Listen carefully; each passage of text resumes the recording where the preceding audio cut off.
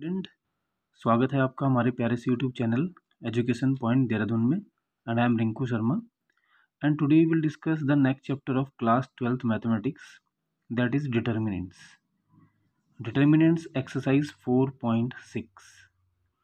Exercise 4.6 important exercise है। Determinant से जब भी क्वेश्चन आता है 6 मार्क्स में तो 4.6 से ही आता है। तो 4.6 आपको बहुत अच्छे से करनी पड़ेगी। बहुत ही इंपॉर्टेंट एक्सरसाइज है 4.6। इसको हम स्टार्ट करेंगे। अब देखो, अगर आपको 4.6 मैंने आपको सिखा दी तो आपको 4.5 जिसमें माइनर और कोफैक्टर निकालने हैं और जिसमें आपका एडजॉइंट ऑफ ए निकालना है और ए इनवर्स निकालना है, तो वो सारी की सारी एक्सरसाइज हमारी 4.5, 4.4 ये सब हमारी 4.6 में क्लियर हो जाएंगी। कैसे हम एडजॉइंट ऑफ ए निकालते हैं, कैसे इनवर्स ए ऑफ निकालते हैं, कैसे कोफैक्टर और माइनर निकालते हैं, ये हम सब किस में क्लियर कर लेंगे 4.6 में। तो एक ही एक्सरसाइज में हमारी 3 एक्सरसाइज आराम से हो सकती हैं। तो आप ध्यान से समझिएगा इसको। आइए स्टार्ट करते हैं इसका फर्स्ट टाइप। देखो, फर्स्ट टाइप हमारे पास क्या है, आपको एक चीज़ ध्यान रखनी है। देखिए, the equations of a system is consistent. देखो, कोई भी सिस्टम कंसिस्टेंट होगा अगर इफ मॉड ऑफ ए मतलब डिटर्मिनेंट ऑफ ए 0 आ जाए। इसका मतलब है कि हमने क्या किया, जो भी हमें मैट्रिक्स से डिटर्मिनेंट दी थी उसको एक्सपेंड कर दिया। एक्सपेंड आपने 4.1 में सीखा है, कैसे हम एक्सपेंड करते हैं मैट्रिक्स को या डिटर्मिनेंट को। तो जैसे ही हम उसको एक्सपेंड करेंगे और एक्सपेंड करने के बाद अगर उसकी वैल्यू 0 नहीं आ रही है तो हम बोलेंगे कि सिस्टम जो है ना, इक्वेशंस हमें दी होंगी वो कंसिस्टेंट है। और अगर मॉड 0 आ जाता है, अगर हमारा मॉड ऑफ ए क्या आ जाता है 0 आ जाता है, तो हम बोलेंगे इनकंसिस्टेंट है। और 4.6 एक्सरसाइज आपको समझने के लिए सबसे पहले आपको एडजॉइंट ऑफ ए निकालना आना चाहिए, मॉड ऑफ ए निकालना आना चाहिए, इन्वर्स निकालना आना चाहिए। उसी के बाद आप इक्वेशंस को सॉल्व कर सकते हैं और पेपर में 100% इक्वेशन ही सॉल्व करने के लिए आएंगी। तो आपको ध्यान रखना है, सबसे पहला काम हमारा क्या है, जो भी मैट्रिक्स हमें दिया होगा उसका मॉड निकाल देंगे। और अगर वो 0 नहीं आता, कुछ भी वैल्यू आती है प्लस माइनस कुछ भी आ जाए, तो हम बोलेंगे कंसिस्टेंट है। और अगर वो 0 के इक्वल आ जाता है तो हम बोलेंगे इनकंसिस्टेंट है। और अगर इनकंसिस्टेंट आ गया तो उन इक्वेशंस का इन्वर्स निकालना पॉसिबल नहीं है। तो जब इन्वर्स नहीं निकलेगा तो एक्स और वाई और जेड की वैल्यू भी हमारे पास फाइंड नहीं हो सकती। तो ध्यान रखना, इक्वेशन तभी सॉल्व करनी है जब सबसे पहले आपको मॉड ए निकालना है। मॉड ए का मतलब उसका डिटर्मिनेंट निकालना है, एक्सपेंड करना है। और एक्सपेंड करने के बाद अगर कोई भी हमारे पास वैल्यू आ रही है, चाहे पॉजिटिव आ रही है चाहे नेगेटिव आ रही है, तब उसको सॉल्व करेंगे। अदरवाइज हम उसको लिख देंगे इन्वर्स डज नॉट एग्जिस्ट। और अगर इन्वर्स एग्जिस्ट नहीं कर रहा है तो एक्स वाई जेड की वैल्यू नहीं फाइंड हो सकती। तो फॉर एग्जाम्पल देखिए आप ज़रा, मुझे खाली इसको बताना है कि ये कंसिस्टेंट है या इनकंसिस्टेंट है। तो हमें एक मैट्रिक्स दिया है ए इक्वल टू 1 2 2 3। तो सबसे पहले मैं इसका मॉड निकाल देता हूँ, डिटर्मिनेंट निकाल सॉल्व कर देते हैं। तो डिटर्मिनेंट का मतलब हो गया 1 2 2 3 ब्रैकेट से, और इस डिटर्मिनेंट की फॉर्म में आ गया ये। अब इसको एक्सपेंड करना आपको आता ही है, मल्टीप्लाई कराएंगे। 3 की मल्टीप्लाई 1 से तो 3 हो जाएगा, 2 की मल्टीप्लाई 2 से 4 हो जाएगा, और बीच में माइनस आता था। इसकी इससे कराते हैं और इसकी इससे कराते हैं और बीच में क्या आता है माइनस। तो 3 माइनस 4 माइनस 1 आ गया। तो कहने का मतलब जो मॉड की वैल्यू आ रही है, डिटर्मिनेंट ऑफ ए आ रहा है, वो -1 आ रहा है। तो इसका मतलब 0 नहीं आ रहा है। तो इसका मतलब ये जो हमारे पास सिस्टम होगा किसी भी इक्वेशंस का, उसको हम बोलेंगे कंसिस्टेंट है। तो इसको हम क्या बोलेंगे, कंसिस्टेंट। और अगर ये कंसिस्टेंट आ गया तभी हम उसको आगे सॉल्व करेंगे। और अगर ये कंसिस्टेंट नहीं आया, इनकंसिस्टेंट, मान लेते हैं यहाँ पे डिटर्मिनेंट ऑफ ए 0 आ जाता। तो अगर डिटर्मिनेंट ऑफ ए 0 आ जाता तो फिर उसको सॉल्व नहीं किया जा सकता, क्योंकि डिटर्मिनेंट ऑफ ए 0 आने का मतलब है कि inverse does not exist. Inverse वहाँ पे एग्जिस्ट नहीं करेगा। वो क्यों नहीं करेगा वो मैं अभी आपको बताऊँगा क्यों नहीं करेगा। तो देखो, सबसे पहला तो काम यही है कि डिटर्मिनेंट आपका 0 नहीं आना चाहिए। ये 2 × 2 का मैट्रिक्स था, 3 × 3 का भी एक्सपेंड करना आपको आना चाहिए, और एक्सपेंड करना बहुत ईजी है, 4.1 देखिएगा आप। तो और एक चीज़ आपको ध्यान रखनी है, फॉर्मूला। तो पहला तो ये कंसिस्टेंट और इनकंसिस्टेंट ध्यान रखेंगे। अगर इक्वेशंस कंसिस्टेंट है तो ही सॉल्व करेंगे, इनकंसिस्टेंट में सॉल्व नहीं करेंगे। फॉर्मूला हमारे पास होता है ए एक्स इजिकल टू बी। ए क्या होता है मैं भी बताऊंगा आपको, एक्स क्या होता है एक्स वाई जेड की वैल्यू, बी क्या होता है ये भी बताता हूँ मैं आपको। तो एक्स की वैल्यू क्या हो जाएगी, ए उधर जाके इन्वर्स हो जाएगा। तो आपको ये फॉर्मूला ध्यान रखना है, x is equal to A inverse B. X is equal to A inverse B. X क्या होता है अभी डिस्कस करेंगे। कोई भी इक्वेशन दी होंगी उसमें एक्स और वाई की वैल्यू एक्स होगी, ठीक है। ए क्या होगा अभी देखते हैं, बी क्या होगा अभी देखते हैं। फार्मूला ध्यान रखेंगे आप, x is equal to A inverse B. और ए इन्वर्स का जो फार्मूला होता है वो होता है adjoint of A upon mod of A, या डिटर्मिनेंट ऑफ ए। तो A inverse is equal to adjoint of A कैसे निकालते हैं, तो इसका मतलब पहले हमें एडजॉइंट ऑफ ए आना चाहिए निकालना। डिटर्मिनेंट ऑफ निकालना तो हमें आ ही गया कि एक्सपेंड करना है, एक्सपेंड करना हमें आता ही है। तो एडजॉइंट ऑफ ए कैसे निकालते हैं और ये डिटर्मिनेंट कैसे निकालते हैं, उसके बाद दोनों को डिवाइड करके इन्वर्स निकलेगा। अब हम क्वेश्चन पे देखते हैं। आपको ये दो चीज़ ध्यान में रखनी है, कंसिस्टेंट इनकंसिस्टेंट, और x is equal to A inverse B, और ए इन्वर्स का फार्मूला होता है adjoint of A upon mod of A. अब देखिए हमारा क्वेश्चन नंबर फर्स्ट कह रहा है सॉल्व द फॉलोइंग। इसमें हमारे पास दो इक्वेशन है, पेपर में 2 वाली भी आती है 3 वाली भी आती है, मैं आपको दोनों कराऊंगा। तो पहले हम देखते हैं जब हमारे पास दो इक्वेशन दी होंगी।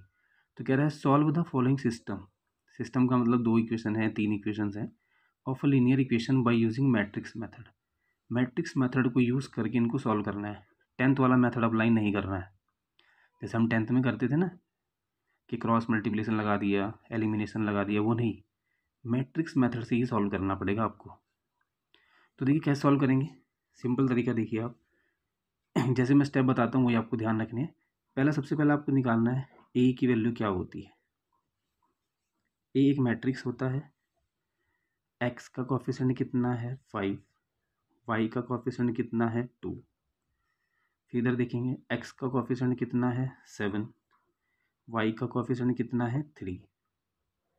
तो ये हमारे पास ए आ जाएगा। Coefficient of x and y लेना है, और रो में first row 5 2, second row 7 3। B जो हमारे पास होता है इजिकल टू के उधर कितना दिया हुआ है, देखो 5x plus 2y is equal to 4, तो 4 आ गया B. 7x plus 3y is equal to 5, तो 5 आ गया बी। तो ये बी की वैल्यू है। और जो x होता है, क्योंकि हमारे पास फार्मूला क्या है, x equal to A inverse B, तो x बी पहले A x is equal to B है, तो पहले हम डिसाइड कर लेते हैं ए क्या है, x क्या है, b क्या है।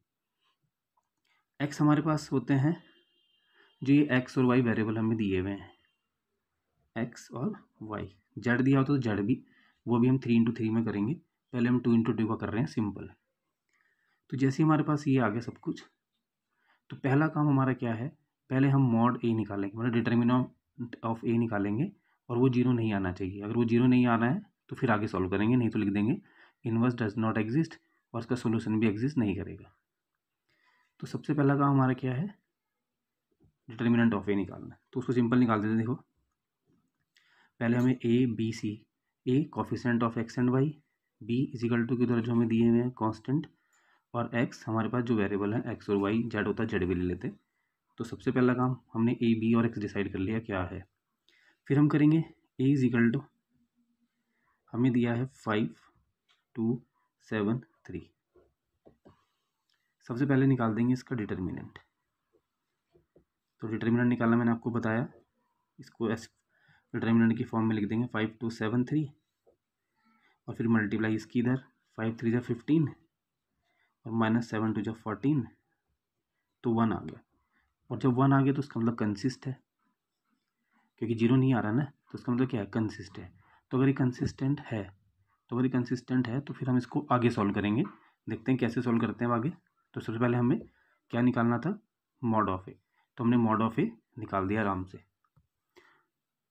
तो हमारा पहला काम यहाँ पे कंप्लीट हो गया। हमने क्या निकाल दिया, डिटर्मिनेंट ऑफ ए, जो कि 0 के इक्वल नहीं आ रहा है, इसका मतलब कंसिस्टेंट है। कंसिस्टेंट है तो अब आगे देखते हैं। अब बच्चों देखो ए हमारे पास था, अब इसके कोफैक्टर निकालने हैं। फर्स्ट में पहले हमें मॉड चेक करना है, वो हमने चेक कर लिया। अब हम निकालेंगे कोफैक्टर। कोफैक्टर जैसे आपने 4.4 में देखे थे, A11 फाइंड करना है। देखो A11 का मतलब समझो आप, A11 फर्स्ट रो को छोड़ेंगे, फर्स्ट कॉलम को छोड़ देंगे, तो 3 आ गया। 3 मतलब A11 A12 A21 A22 चारों हमारे कोफैक्टर निकाल देंगे। A11 का मतलब फर्स्ट रो को छोड़ देंगे, फर्स्ट कॉलम को, 3 हमारा कोफैक्टर आ गया।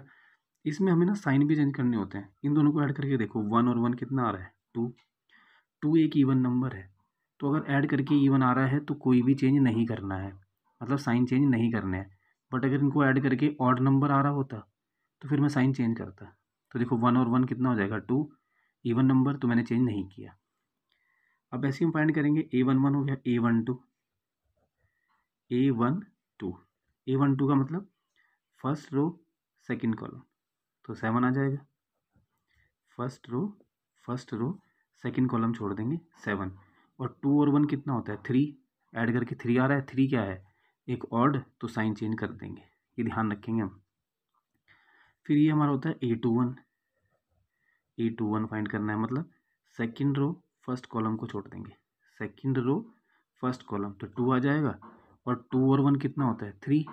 और 3 क्या है हमारे पास, एक ऑड, तो यहाँ माइनस लगा देंगे। तो जब भी ऑड आएगा तो माइनस लगाना है, और अगर हमारे पास इवन आ रहा है तो साइन चेंज नहीं करने हैं, साइन चेंज करने हैं। अगर माइनस में आ रहा था तो प्लस कर देता मैं उसको।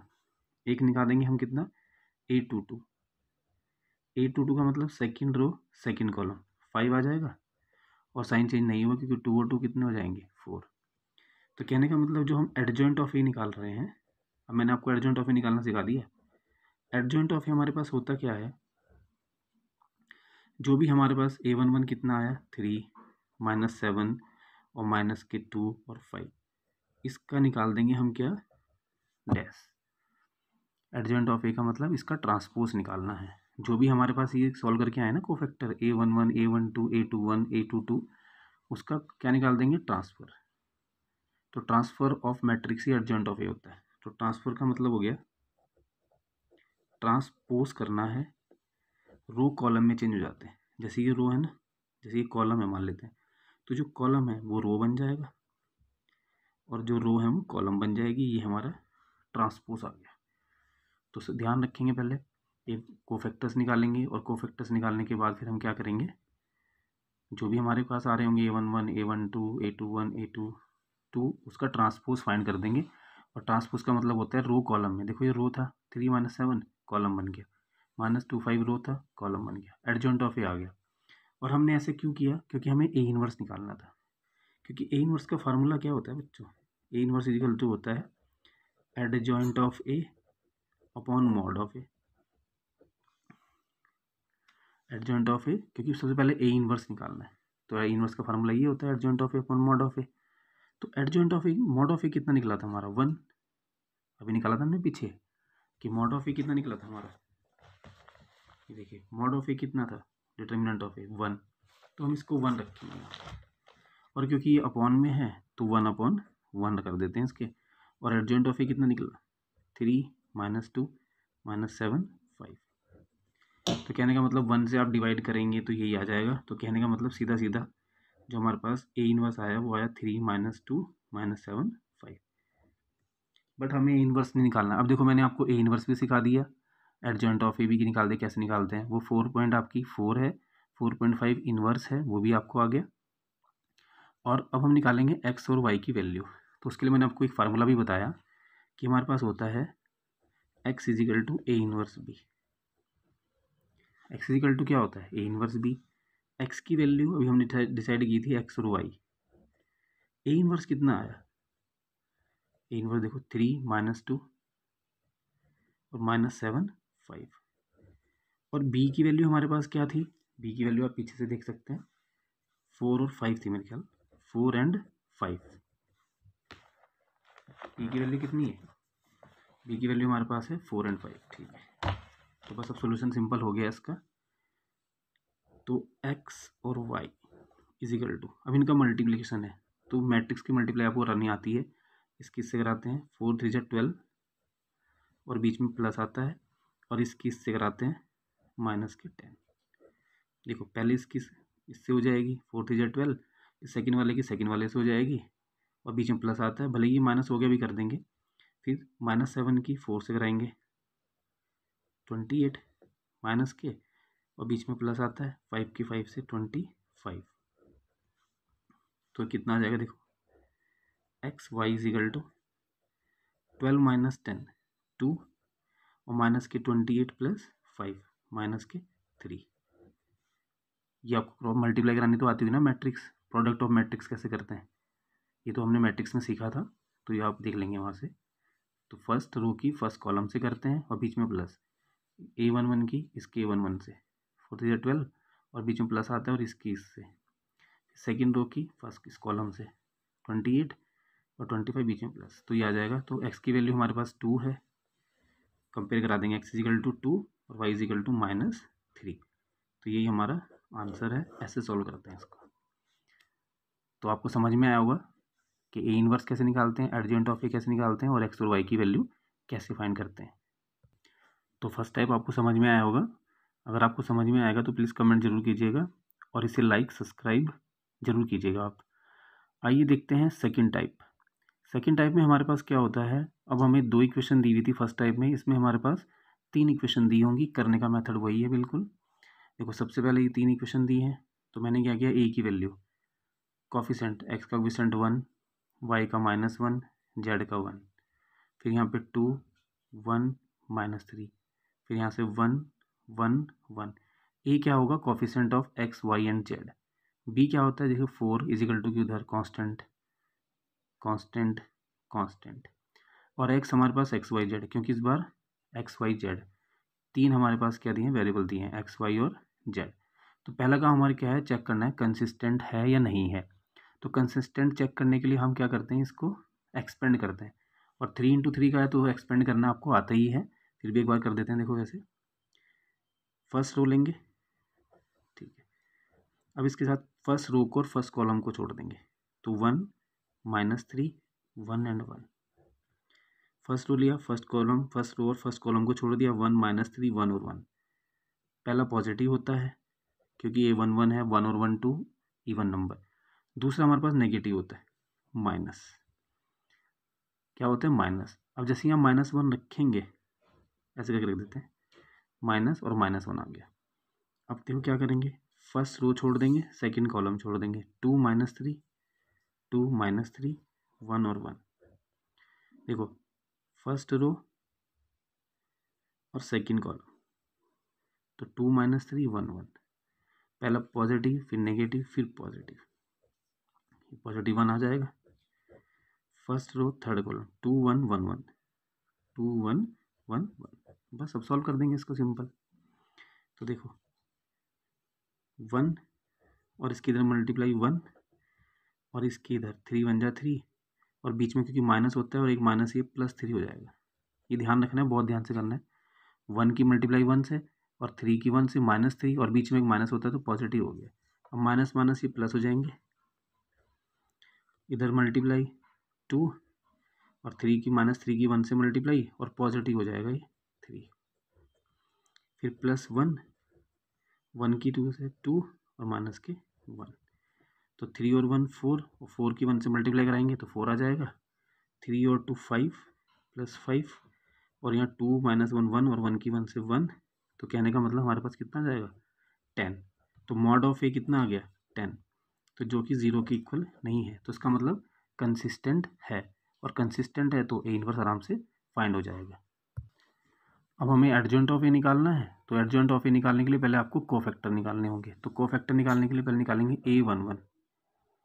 A11 का मतलब फर्स्ट रो और फर्स्ट कॉलम को छोड़ देंगे, फर्स्ट रो को छोड़ देंगे, फर्स्ट कॉलम को छोड़ देंगे, तो कौन कौन आएगा हमारे पास, 1 -3 1 और 1। फर्स्ट रो फर्स्ट कॉलम को छोड़ देंगे, 1 -3 1 1, तो 1 की इधर मल्टीप्लाई 1 और -3 की -3, और एक माइनस बीच में होता है +3, तो कहने का मतलब 4 आ गया। A11 कितना आ जाएगा, 4। ये आपको आना चाहिए। फर्स्ट रो को छोड़ देंगे, फर्स्ट कॉलम को, 1 -3 1 और 1, तो फिर यहाँ 1 की 1 से मल्टीप्लाई 1 और माइनस के 3, और एक बीच में माइनस रहता ही है 4, और देखो 1 और 1 2 इवन नंबर आ रहा है, तो हमने साइन चेंज नहीं किए। ये ध्यान रखना है, साइन चेंज करने हैं नहीं करने हैं। ऐसे ही A12 निकालेंगे, A12 का मतलब फर्स्ट रो सेकंड कॉलम, तो 2 - 3 1 1, second row first row second column 2 - 3 1 1, तो 1 2 और इसके कर देंगे +3 5। बट 2 और 1 क्या होता है, एक ऑड नंबर, साइन चेंज हो जाएगा माइनस, ये ध्यान रखना है। ऐसे ही हम निकालेंगे A13 का मतलब first row third column, first row third column 2 1 1 1, तो 1 की मल्टीप्लाई 2 और माइनस के 1, तो 1 आ जाएगा। और 3 और 1 4 होता है, इवन नंबर, साइन चेंज नहीं किया हमने, ये हमको ध्यान रखना है। ऐसे देखेंगे A21 second row first column, second row छोड़ देंगे, फर्स्ट कॉलम -1 1 -1 1 और 1 1 1 1, तो जैसे हम इसके मल्टीप्लाई कराएंगे तो कितना हो जाएगा, -1 और ये कितना -1, तो कहने का मतलब -1 और -1, तो -2 हो जाएगा। इसकी इधर मल्टीप्लाई -1, इसकी 1 और बीच में माइनस रहता है, ये -2। ऐसे ही A22 फाइंड करेंगे। A22 का मतलब सेकेंड रो सेकेंड कॉलम, तो 1 1 1 1 1 1 1 1, तो 1 और -1 1 -1, ये 0 हो जाएगा। ऐसे ही A23 फाइंड करेंगे, सेकेंड रो थर्ड कॉलम 2 1 1 1 2 1 1 1, तो 2 की इधर मल्टीप्लाई 2 - 1, तो 1 आ जाएगा। ये तो करेंगे सेकेंड रो और थर्ड कॉलम, सेकेंड रो, तो इसमें हम क्या करेंगे, देखो सेकेंड रो और थर्ड कॉलम, तो 1 - 1 1 -1 और 1 1, तो 1 की इधर मल्टीप्लाई कराएंगे 1 हो जाएगा, और 1 की -1 से करेंगे तो +1 हो जाएगा, तो कितना हो जाएगा ये 2, और क्योंकि 3 और 2 5 है तो साइन चेंज कर देंगे। ऐसे देखिए यहाँ पे 2 और 1 3, ये -2 आ रहा था तो ये +2 भी हो जाएगा हमारे पास, ये भी ध्यान रखना है। 2 और 1 3 था ना, -2 तो सॉल्व करके आ ही रहा था, पॉजिटिव हो जाएगा। ऐसे ही हम फाइंड करेंगे A31 का मतलब हो जाएगा थर्ड रो फर्स्ट कॉलम -1 1 -1 1 और 1 -3, sorry matrix, third row first column -1 1 1 -3, तो -3 की -1 से करेंगे 3 हो जाएगा, और माइनस के 1 2 आ जाएगा, और 3 और 1 साइन चेंज करने की ज़रूरत नहीं है। फिर ऐसे ही फाइंड करेंगे A32 का मतलब थर्ड रो सेकेंड कॉलम 1 1 2 -3 1 1 2 -3, तो -3 और माइनस के 2, तो माइनस के 5 हो जाएंगे, और 3 और 2 एक माइनस यहाँ से आ जाएगा क्योंकि ऐड करके कितना आ रहा है ऑड, +5 हो जाएगा। ऐसी A33 मतलब थर्ड रो थर्ड कॉलम 1 -1 1 -1 2 1 1 -1 2 1, तो 1 की 1 से और प्लस का 2 कितना हो जाएगा 3, और साइन चेंज करने की हमें ज़रूरत नहीं है।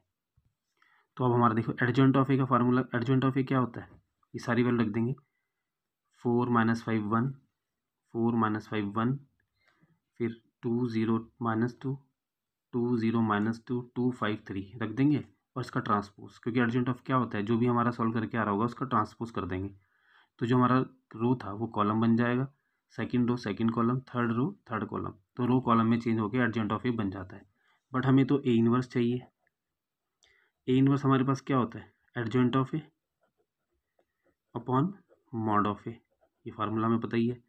तो एडजॉइंट ऑफ ए हमारा कितना आया, मॉड ऑफ ए कितना आया था 10, अभी हमने पीछे किया था ना, तो मॉड हमारा कितना आया था 10, तो 1/10, और एडजॉइंट ऑफ ए आया 4 2 2 -5 0 5 1 -2 3, तो मल्टीप्लाई नहीं करा रहे अभी हम, हमें चाहिए क्या, फार्मूला ध्यान रखेंगे, x = होता है A इनवर्स B, तो x की वैल्यू हमें पता ही है, x y और z, ये हमारे पास x की वैल्यू है, और A इनवर्स हमारे पास कितना है 1/10, और 4 2 2 -5 0 5 1 -2 3, और b की वैल्यू हमने पीछे फाइंड की थी, देखिए b हमारे पास था 402, तो b लगा देंगे 402, तो कहने का मतलब ये आ जाएगा 4 0 और 2, अब मल्टीप्लाई करानी है बच्चों उसकी। एक्स वाई जेड हमारे पास चल ही रहा है, तो 1/10 भी चल रहा है, मल्टीप्लाई करा देते हैं इसकी से 16 प्लस 2 की 0 से 0, फिर 2 की 2 से 4, मतलब फर्स्ट रो की इस पूरे कॉलम से करानी है, बीच में प्लस, फिर -5 की 4 से माइनस का 20, 0 की 0 से 0 और बीच में प्लस, और 5 2 जा 10, बीच में प्लस, ये ध्यान रखेंगे हम। फिर 1 की 4 से कराएंगे 4, -2 की 0 से 0 और 3 की 2 से 6। तो कहने का मतलब जो एक्स वाई जेड है उसकी वैल्यू हमारे पास आएगी 1/10, 16 और 4 20, और -20 प्लस 10 माइनस के 10, और 4 और 6 कितना 10। तो जैसे आप इसको 10 से डिवाइड करेंगे, क्योंकि 10 बाहर चल रहा है ना, तो 10 से इसको डिवाइड करेंगे, ये 2 आ जाएगा, ये माइनस का 1 और ये 1। तो ये हमारी वैल्यू है। एक्स की वैल्यू कितनी आ जाएगी, एक्स की वैल्यू 2, देखो एक्स की वैल्यू कितनी 2, वाई की वैल्यू -1 और जेड की वैल्यू 1। तो ये ऐसे फाइंड करना है एक्स वाई जेड, और ये तभी चेक होगा, सबसे पहले आपको कंसिस्टेंस फाइंड करना है कि अगर कंसिस्टेंट है तो आगे करना है, फिर आपको ए इनवर्स फाइंड करना आना चाहिए और फिर मॉड ऑफ ए फाइंड करना चाहिए। तो कैसी लगी आपको ये वीडियो? तो अगर ये वीडियो आपको बहुत अच्छी लगी हो तो प्लीज़ लाइक कीजिए, सब्सक्राइब कीजिए और बेल आइकन को भी दबाना ना भूलें। Thank you.